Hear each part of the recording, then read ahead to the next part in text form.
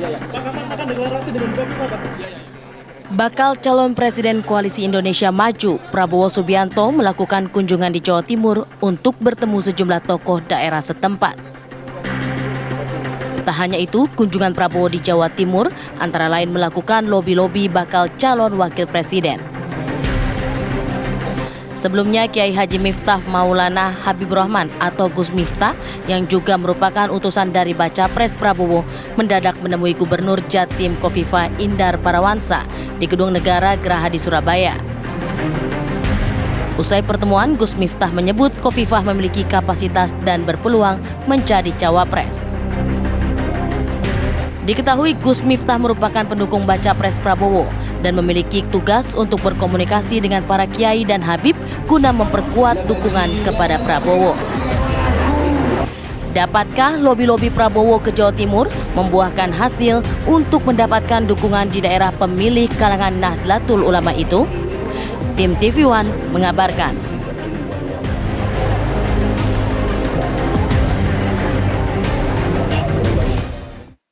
Oke, kita bahas di Apa Kabar Indonesia Pagi kali ini. Sudah ada tiga narasumber yang hadir bersama kami di studio. Yang pertama ada Bang Habibur Rahman, ini politisi Partai Gerindra. Pagi, Bang. Pagi, Bang. Pagi, Assalamualaikum. Waalaikumsalam warahmatullahi wabarakatuh. Kedua, Christina Aryani, ini politisi Partai Golkar. Pagi. Pagi, Mbak. Pagi, Mbak. Dan ada Mas Nyarwi Ahmad, ini analis politik dari UGM.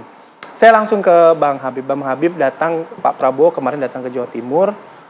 Apakah masih dalam rangka untuk mencari cawapres dari kalangan NU atau meminta dukungan terhadap koalisi dari warga NU?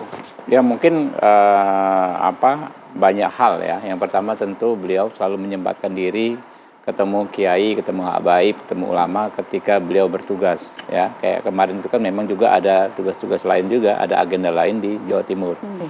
Yang kedua, beliau ini selalu menyempatkan diri itu untuk meminta dukungan, bukan dukungan, meminta doa, meminta restu kepada ulama itu ketika dalam konteks ingin berjuang. Ada dulu kan waktu zaman tentara kan beliau misalnya mau ke timur-timur, beliau ke kiainya. Ini memperkuat spiritualnya, kurang lebih begitu. Nah, terkait konteks politik saat ini kan memang banyak juga aspirasi dari masyarakat soal bagaimana Pak Prabowo untuk menggait tokoh-tokoh Nahdlatul Ulama ya, terutama yang di Jawa Timur untuk masuk ke dalam barisan pendukung Pak Prabowo. Baik mungkin sebagai ketua tim ses ya, atau minimal anggota tim ses, atau bahkan sebagai calon wakil presiden. Nah, hal tersebut terus dijajaki ya, termasuk pertemuan kemarin selain Pak Prabowo mendengar ya, ingin mendengar petuah-petuah nasihat-nasihat para ulama, habaib, kiai, juga beliau ya dalam konteks menjajaki kemungkinan itu. Oke, artinya cawapresnya beberapa pilihan nama itu pasti beririsan dengan NU? Bukan, jangan dipastikan begitu. Kan orang kita kan saya kan menyampaikan banyak hal ya kan, yang menjadi aspirasi dari masyarakat. Nah, itulah yang Pak Prabowo lakukan gitu. Oke, kalau aspirasi sudah mengerucut, saya sebut 3 nama ya. Ada Bu Khofifah, ada Pak Erick Thohir, ada Mas Gibran. Itu kan kata Bayu. Itu benar nggak 3 nama itu yang masuk dalam radar? Saya nggak bisa sebut namanya ya, tapi namanya aspirasi bagaimana bisa menggalang elemen penting bangsa ini, itu Nahdlatul Ulama ya, tokoh-tokohnya itu yang dijajaki saat ini.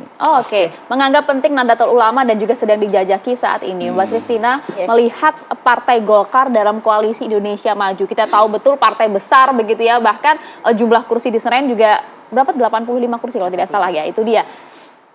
Satu sikap tidak dengan Prabowo Subianto yang akan melihat bahwa NU ini nampaknya penting untuk dijajaki dan bahkan menjadi salah satu faktor untuk cawapres. Rela tidak sih Golkar jika cawapresnya bukan Erlangga? Ya, jadi pertama-tama kami menyampaikan dulu ya bahwa Golkar sangat bisa memahami Pak Prabowo pergi ke Jawa Timur seperti itu, lalu bertemu tadi Bang Habib juga minta doa restu dan lain-lain.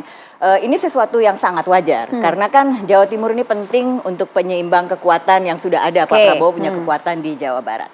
Nah, dalam konteks itu juga perlu saya sampaikan bahwa Partai Golkar juga punya kekuatan, salah satu partai politik yang punya kekuatan di Jawa Timur. Kami punya 11 kursi di DPR RI dari Jawa Timur ya, dan kami paham betul peta di Jawa Timur ini seperti apa. Bahkan minggu depan ini hari Selasa kami akan adakan satu acara besar ya dalam konteks Maulid Nabi. Ini akan ada sholawat, ini akan hadir juga para kiai, para alim ulama dalam keluarga besar NU.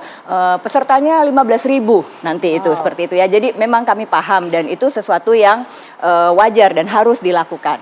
Tentunya kalau Mbak bilang tadi rela atau tidak rela, saya mesti kembalikan dulu. Jadi memang partai kami ini punya infrastruktur yang besar ya, yang solid, termasuk juga di Jawa Timur, dan mesin politik ini sangat siap untuk bergerak ketika instruksinya datang dari atas gitu ya.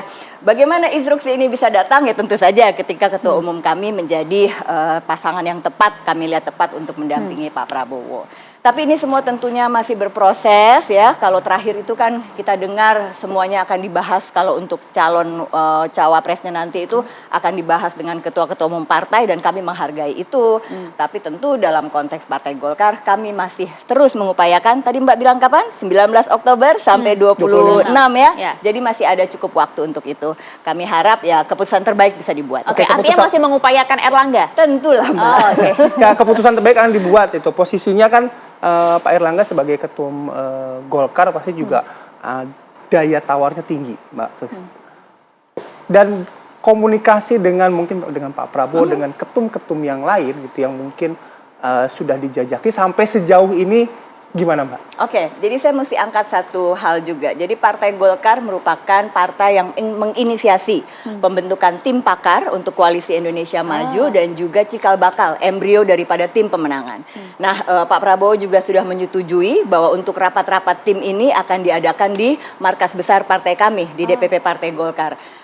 Sudah 2 kali rapat dilakukan. Yang pertama waktu itu dipimpin sendiri oleh Pak Erlangga dan Pak Prabowo, dan yang kedua waktu itu sekjen-sekjen ya, jadi dipimpin oleh sekjen kami juga Pak Ludwig.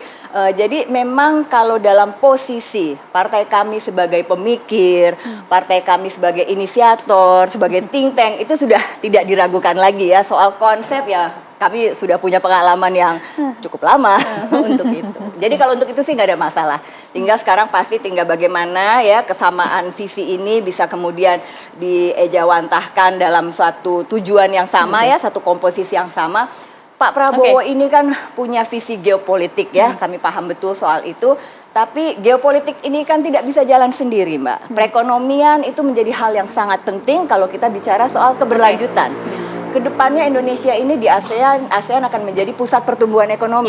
Dan untuk itu kan Mbak juga pasti saya rasa sudah tidak meragukan lagi kapasitas Pak Erlangga sebagai Menko Perekonomian untuk hal itu. Oke, pertimbangannya cukup besar kalau untuk Golkar ini. Bang Habibur Rahman dan juga Mas Nyarwi harus merespon. Usai jeda ya, saat lagi.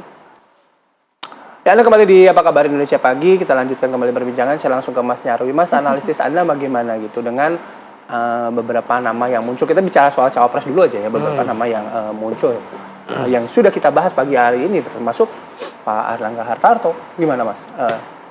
Iya, kalau di blognya Pak Prabowo ini saya lihat banyak stok cawapres. Paling rame istilahnya.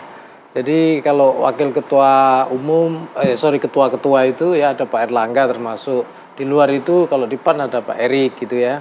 Bahkan di luar alternatif itu kan Pak Prabowo juga membuka peluang yang lain ya kan. Yang beberapa juga tidak disebut Pak Prabowo langsung saya lihat. Tapi beberapa orang yang beberapa kali mendampingi Pak Prabowo. Siapa gitu. itu? Misalnya kayak waktu kunjungan Jawa Timur kan Gus Kausar menyebut nama Mbak Khofifah misalnya begitu ya. Belum lagi mungkin sebelumnya ada bahkan Gibran seperti itu ya.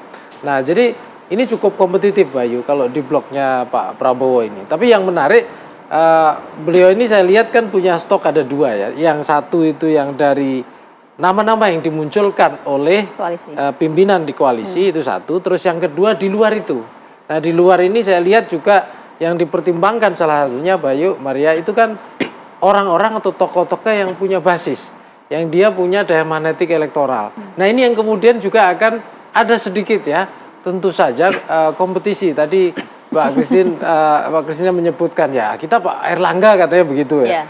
Nah tapi Pak Prabowo kan juga saya lihat juga berusaha membuka peluang yang lain. Kan tidak ada dalam pilpres misalnya capres manapun yang mau kalah kan gitu. Pasti akan selalu mencari peluang-peluang untuk dengan berpasangan yang prospeknya bagus. Apalagi misalnya dia butuh basis-basis yang memang dia perlukan. Nah pertanyaannya kayak Jawa Timur misalnya, apakah benar-benar dibutuhkan sosok cawapres gitu yang memang punya basis kuat di Jawa Timur? Ya kita tahu ada beberapa nama yang sudah disebut, salah satunya Mbak Khofifah misalnya begitu.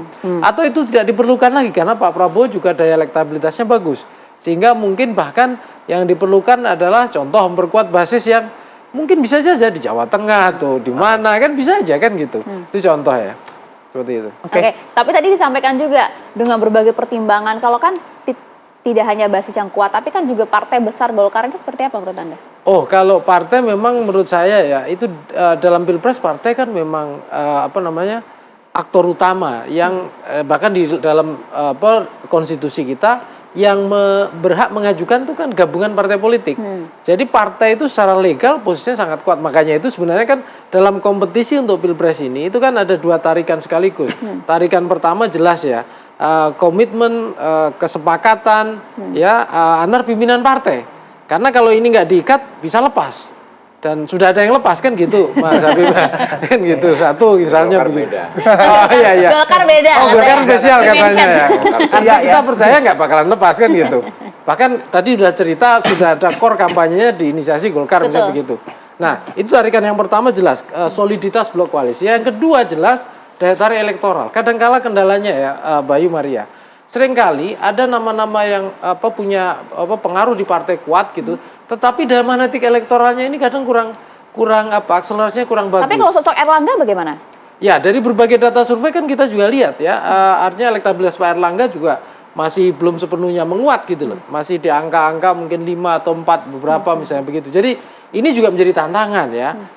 Karena kalau misalnya bahkan elektabilitas melejit, mungkin Pak Erlangga nggak hanya cawapres. Bisa jadi untuk memang dinominasikan capres, ya kan? Tapi kan ekspektasi itu belum bisa terpenuhi ya. Akhirnya kemudian grade-nya sedikit agak diturunkan ke cawapres. Nah, ini memang hukum besi elektabilitas ini menjadi salah satu faktor dominan juga ya Bayu Maria ketika pemilu presiden sudah bergerak pada proses pemilu langsung. Dan itu dari 2004 sampai sekarang loh, seperti itu. Ya, saya ke Mbak Christina. Mbak, Golkar yakin Pak Erlangga kan masih tetap dalam proses negosiasi ya tentunya dengan beberapa kader parpol lain. Tapi kan artinya gini, seperti yang disampaikan Mas Nyarwi, ada beberapa juga yang mungkin masih menjadi PR nih Mbak gitu. Nah, how to catch up ini begitu loh Mbak. Gimana cara mengejarnya bahwa Golkar punya suara memang yang besar dan sosok yang diusungkan pada Pak Prabowo adalah sosok yang paling tepat.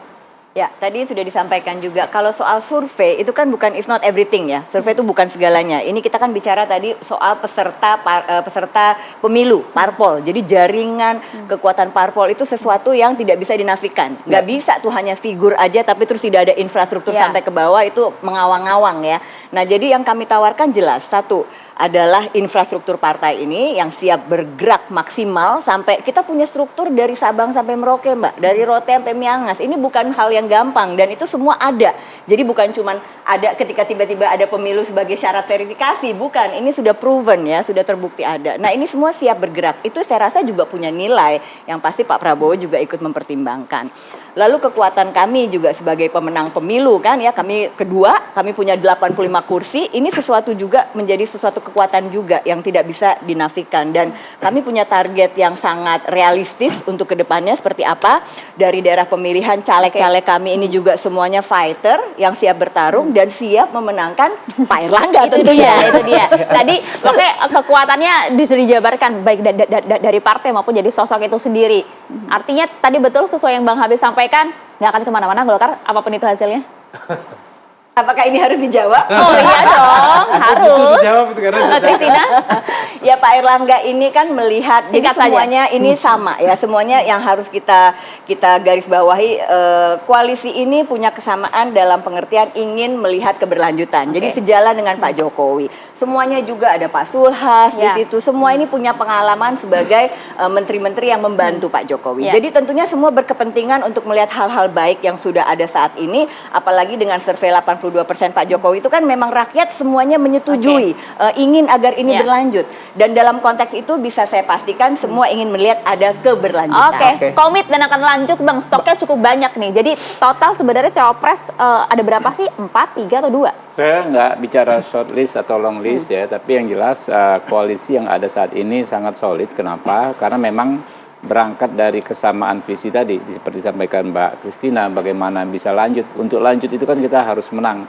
Dan itu yang terus didiskusikan oleh dengan Pak Prabowo bersama para ketua umum partai politik pendukung. Ya, kita tentu sangat memahami bahwa secara naluriah semua partai politik pendukung menginginkan cawapres yang mereka ajukan. Itu sangat wajar, sangat bisa dipahami. Tetapi kami yakin para pemimpin kami, para ketua umum partai politik bisa merumuskan dengan matang. Karena yang terpenting itu kan kita menemukan sosok yang paling pas sehingga bisa memenangkan kontestasi. Ya, jadi kita tunggu saja ya hasil seperti apa. Tapi yang jelas ini yang saat ini ya saya tidak melihat ada salah satu atau beberapa pihak yang saling sandera di koalisi yang sekarang ini gitu loh. Tidak ingin kalau saya nggak ini maka begini. Setahu saya ya, saya mengikuti secara intens dan minta informasi ke para ketua umum partai politik jauh lebih cair.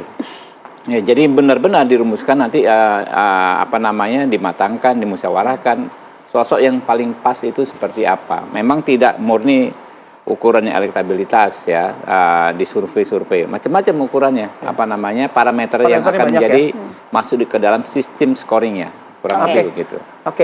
Nanti kita tunggu ya apakah menjadi yang pertama datang ke KPU tanggal 19 Oktober atau barengan juga nih Salim. Yang paling penting yang menjadi pemenang. Karena semua partai semua masing-masing ingin menang gitu ya. Terima kasih banyak Bang Habib, Mbak Kristina terima kasih banyak, Mas Nyarwi terima kasih banyak waktunya. Kurang panjang nih. Nanti kita lanjut lagi lah ya.